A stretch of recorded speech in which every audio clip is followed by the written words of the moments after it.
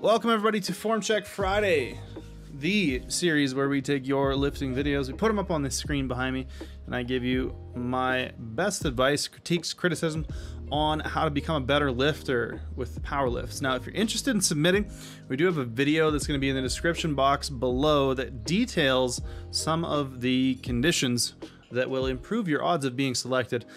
Generally, if you break these rules, Dylan might just open your email up, see, hey, this is a max I failed, and then delete the email. Also, want to give a quick shout out to the Calgary Barbell training app. If you're interested in what we do here, we do form checks in the Discord that only those app members get access to, as well as exclusive live streams, and of course the wonderful program library, of which we're uploading a new program, a sort of like a return to lifting after COVID or after lockdown kind of program that's going to be up there this weekend. So anyways, with that all being said, we're going to dive right into this and pick up where we left off last week with our boy Calvin.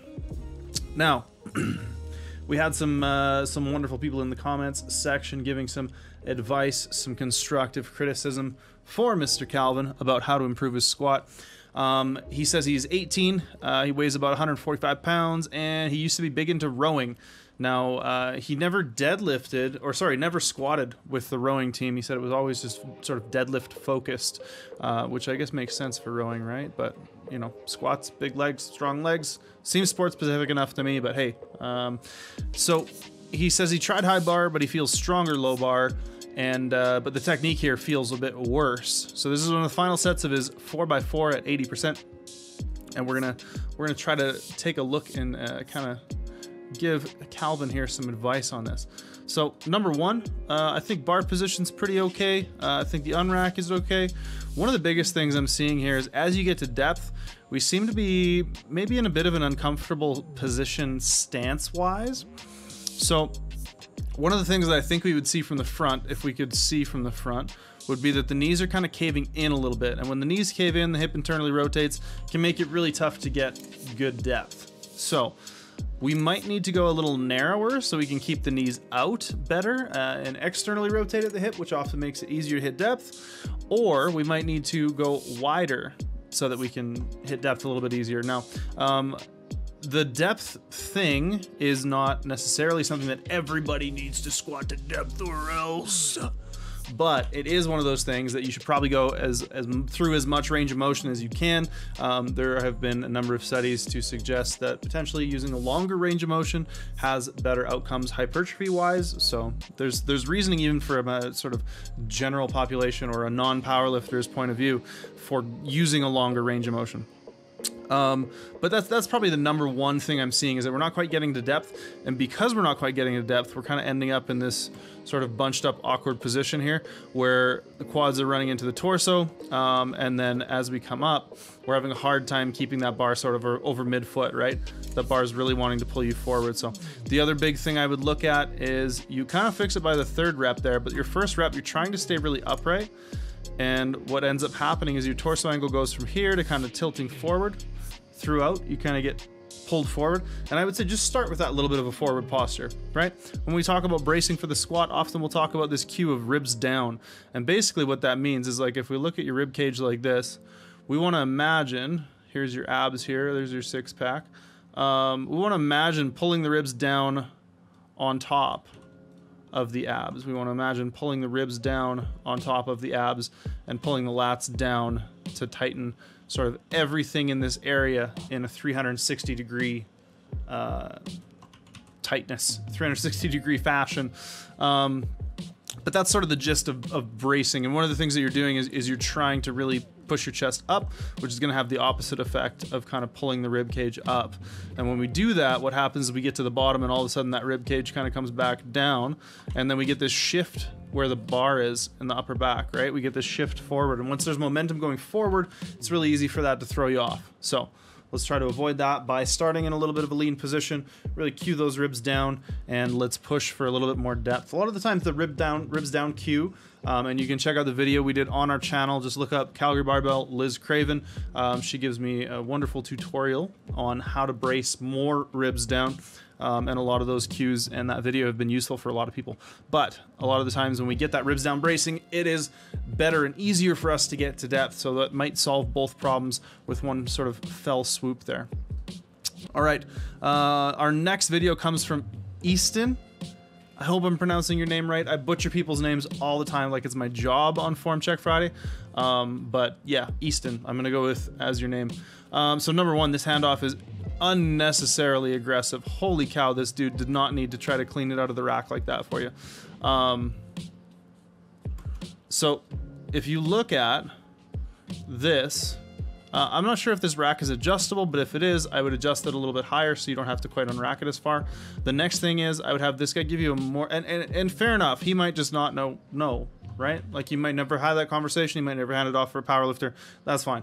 Not trying to shit on that guy, but basically what you want to do is you want to get the bar out of the rack with as little upward movement as possible, right? We want to lock the elbows obviously, but we don't want to be seeing the shoulder blades come forward, because right here you're doing your best job. Everybody does their best job to kind of pull the shoulder blades together towards one another and down and back and create this like nice little arch. And then what happens when you have the bar unracked like that is it jerks your shoulder blades forward and we lose all of that position we just worked to create. So number one, I would put a fair bit of work into your setup and into your unrack. Now, Easton says he's new to strength training. He's training pause bench for the first time. And this is 125 for 3. So the next thing, we always talk about it on this channel, but you could probably use a bit of a wider grip if you want to maximize your bench strength.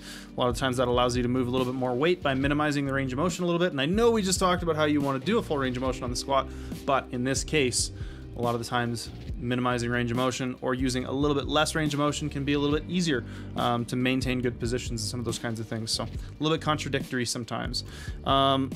The next big thing, like picking the head up like that, this big like picking the head up again is going to do more to drop the chest, is going to do more to cause that chest to fall down, which is again not what we want, right? We spent all this time trying to create this nice chest up, shoulders back, shoulders down position, and then we pick the head up, essentially flattening the back out. The touch point's really, really low. It looks like you're bringing it out way too far and touching kind of down here instead of up here. And I think that's going to go hand in hand with the grip width. And lastly, it looks like we are over tucking the elbows, right? We're really pulling the elbows in front of the bar. And a lot of the times I'll give people crap because I do want people to be slightly in front. Look at my tattoos are see-through here. We do want to see the elbows slightly in front of the bar so that when we go to press it, it naturally kind of comes back, but you're like way in front of the bar. So a number of different things to look at there. We've got some videos on the channel sort of detailing bench press mechanics in a sort of general sense. Your feet are, I think, literally off the ground. So there's no way you're providing any kind of leg drive into yourself, and then you just totally moved your feet. So yeah, we got to work on sort of a lot of the basics of setting up for the bench, staying set up, what it looks like to achieve and maintain tightness throughout the body throughout a set of bench. And you know, the pause should be an intentional pause, not resting the bar on your chest, right? We want to maintain contraction. We want to maintain shoulder position. We want to maintain that chest up. We don't want that bar to come down and just kind of fall on us and crush us. So yeah, a lot of different things to work on there, but you said you're just getting started. So stick with it, put in the time, put in the practice, try not to get too carried away with, you know, the weights that you want to use. And I think that'll go a long ways to making sure that you're not out ahead of yourself in terms of your capabilities. All right, so up next is Kim. Kim's from Norway. Now they used to train more, but stopped for a while. Training now for 2.5 years. Used it as a tool to improve body composition. Kim says they're into powerlifting now, feeling good about body composition. Bench progressing fine. Squats, they said not impressive, which again, we want to watch the watch the way we're talking about our lifts, right? If you think your lifts are not impressive, you may be sort of self-sabotaging with your own self-talk there. Now, deadlift, Kim figures they gain the most from in terms of the critique and technique, and Kim wants us to not critique the straps because they know they shouldn't be using straps. Fair enough. All right. Let's see here. So it's not necessarily the greatest angle to be able to tell on the deadlift here, but looks like we're dropping into a pretty decent hip position here. And we do get a pretty good sort of like push off the floor. You know, one of the things that we're trying to do with the deadlift is to pull ourselves into position and get this feeling of kind of like leg pressing the floor away, right? A good deadlift is gonna probably start with a fair bit of quad tension, quad sensation, quad, dare I say, engagement. But yeah, that's kind of the idea there. And it looks like you're doing a pretty good job of it there. So overall, I don't think you're doing a bad job. I would watch the sort of almost touch and go nature of these deadlifts, right? We want that bar to be coming to a dead stop at the bottom each and every time, because we want to be breaking the bar from a dead stop each and every time we're doing a deadlift.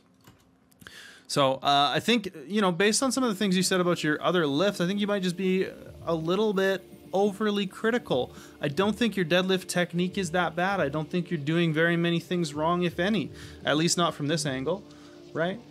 Looks like we're getting a good push off the floor, good solid lockout. Weight looks light. It's moving really, really well. I don't really see much you need to correct or fix, other than, and I know you said not to critique you for the straps, but you know, don't use straps. Get rid of them. Not don't use them. That's maybe a bit extreme, but you know, try to make sure that you can use your grip on your heaviest weights and use straps for your back offs. Put it that way. All right.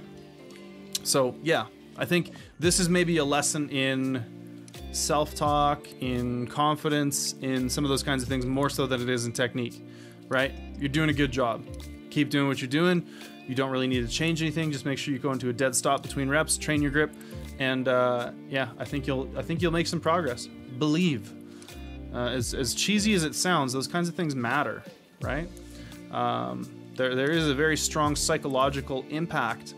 We can placebo ourselves into gaining or losing, or sorry, gaining strength, and we can nocebo ourselves into losing strength. Those are very real things. So if you constantly are looking at your lifts and thinking they're, you know, shit, and that you're not good and you're not going to progress, well, you might really negatively impact yourself. So yeah, anyways.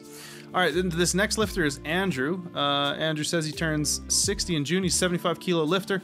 And in 2019, ruptured his hamstring. Said it was pretty nasty, tough to recover from. He said his previous PB was 170 kilos. This vid is 4 at 140 kilos. And he says his first rep is often high. He says he spends too long adjusting his foot position as he comes out of the rack, and that his elbows tend to, what he says, chicken wing. So he says he's pretty consistently worried about his hamstring, right? Again, that's one of those things we want to try to get over as we come out of an injury. Is to try to eliminate that fear, because you know, we are strong. We're going through these motions specifically in a lot of cases to create resilience and injury resiliency, so that we don't injure ourselves again. And often doing these things, doing these very things, is probably the #1 way to ensure that you don't hurt yourself again. Make those things, you know, make those structures, make those tissues strong again, and you will progress. I sound like more like a motivational speaker and less like a powerlifting coach today, but hey, those two roles I feel like generally have a fair bit of synergy. So we're gonna look at this deadlift. I think the #1 thing we're doing right now is we've got a fair bit of you know, excessive extension here that kind of flattens out as we go through the lift, which causes the upper back to loosen as we hit the hole, and then the bar kind of pulls us forward a little bit. So I think we're trying too hard to stay upright. So again, like I was talking about with our first lifter there, Calvin, I think pulling the ribs down, allowing yourself to lean a little bit, and potentially examining and changing that bar position. Looks like you're in a pretty high bar position, and we're not able to keep good tightness in the upper back and shoulders as we change directions as this set wears on, right? We're really struggling. Your hands kind of come loose on the bar for a second there, so it might be that your grip is a little too narrow for you to be able to continually have that pulling pressure on the bar, right? For a lot of lifters, if we widen up the grip, you can kind of pull down it into your back, and that can help create a little bit better tension and a little bit more consistent, again, bracing, right? Bracing is really key here. I don't think your first rep looks that high, and I don't think that you're doing too much like dancing around with your feet. I think you're actually doing a pretty okay job Your first rep, yeah, it's on the line. You know, from this angle, it's going to make it look a little higher. You know, benefit of the doubt might be there. The rest of the reps look fine, but again, we're getting really loose in that upper back and almost completely like disconnecting in the hands and shoulders from that bar. So I would really work on, like I said, bar position, on the bracing, which gets better as the set goes on, right? If we look at your back position as you come out of this last squat, right? See how we're like pretty straight through and neutral? Now look at how you set up out of the rack here, right? You're super upright and you're super extended. So I would say that this position is more ideal, right? Allow yourself to lean, pull those ribs down on top of your abs, and let's work on that bracing. I think could go a long ways for you.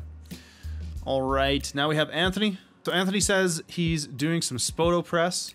This is his 4th set of a 5x6 at 6.5, and he says his biggest issue is he has a hard time unracking. So let's take a look at this. Now, so here's the distinction that I think is worth making, is that a Spoto press is not simply a partial range of motion press. It's not that anytime you do a partial range of motion, you're doing a Spoto press. I would say the distinction with the Spoto press is you're not actually using something like this pad to limit the range of motion, right? Because now you're doing like a half board or a board press, which is slightly different, where in a Spoto press, you're actually forced to, you know, measure, to decelerate, and to make those sort of range of motion changes yourself actively, as opposed to having something else like an external measure or feedback of the board or pad or something stopping the bar for you. So a bit of a difference just in sort of the nomenclature there in terms of calling it a Spoto press versus a board press. So all right, so let's take a look at this unrack. Now, number one, it looks really low, right? It looks really low, and it looks like the bench is maybe a bit far out. So you could probably push yourself in a little bit, push this bench into the rack a little bit. I know sometimes these like hammer strength things, they like fit in. You might have a couple different settings for the depth of the bench this way. I would say, you know, if you're here, move back here and be a little deeper into the rack. And the other thing is, yeah, you're pretty low on the unrack, right? So you're having to do a third of a rep in order to get it out of the rack, and that's going to make it feel worse than it is. Yeah, because this is like a fair bit of distance here, right? So if you get further in, you're going to unrack from here to here. A general rule of thumb I like to give people is like between eyes and mouth, looking straight up into the bar when you unrack. And right now you're unracking from like top of your forehead.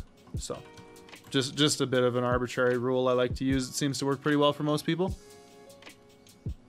So this view actually gives us a pretty interesting look at what's going on in your hand. And it looks to me like the bar is high up in your hand and your wrist is really cocked back. So generally what we're gonna do is we're gonna allow the wrist to cock back, that's fine, but we want that bar low in the palm. We want that bar across here. I'm sorry, I'm not sure how to get the best view of it. Right here, right? So we want the butt of your palm to be pushing into the bar. If you are back here, you're actually kind of making the leverage work against you a little bit, and it's going to be pulling your wrists and hands backwards instead of pushing straight down into your wrists and forearms, which, you know, then you can kind of use nice stacked joints to apply force to it. But with this, it's kind of back here behind you, so it's going to be putting some undue or inefficient stress through the wrists and elbows. In terms of the press itself, you're a little delayed on, you're kind of like a bit more up and back, and I'd like to see you pressing more back off the chest. There's also a pretty inconsistent touch. Some have been higher, some have been a little lower. So your biggest things that I would work on is number one, the grip in your hand. Number two, the consistency of those touches. So, you know, if you're gonna do a Spoto press, get rid of this thing and just pause the bar. And I think I saw something recently. Spoto always used to do these touch and go. That's fine.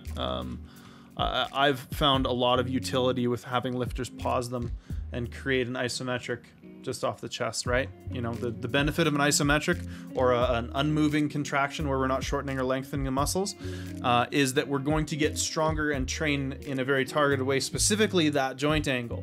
So, you know, that joint angle of being just off the chest, probably a pretty good spot to be focusing some extra work for a lot of raw lifters. And I'm talking like here, not halfway down the range of motion, right? But anyways, yeah, your touch point is pretty inconsistent, so it would be worth making sure that you're maintaining that angle in your forearm better, because some reps you're touching down here, some reps you're touching up here, some reps your bar path is up and then back, some reps your bar path is back and then up. And generally speaking, we want to see more of this back and up and less of the up and back, if that makes sense. So probably a lot to diagnose or to digest there, but just go ahead and watch that a couple times through, Anthony, and I think it'll all kind of make sense. I've been going off on a lot of tangents today, but hey, we're here for a good time, not a long time. This next video is from Josh. So Josh says he's hoping to improve his deadlift and that he feels that mostly in his back. He says he struggles with finding a good sort of comfortable starting position. So what we're going to do is we're going to let this play through one more time, and I want everybody watching to go ahead and watch this. Leave your comments and your critiques in the comment section below. Let us know what you think Josh could do to improve his positioning. He wants to work on his start position. And make sure to head to calgarybarbell.programs.app to check out the Calgary Barbell training app.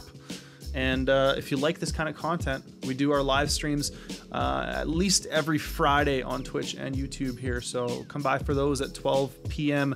MDT. We'll see y'all later.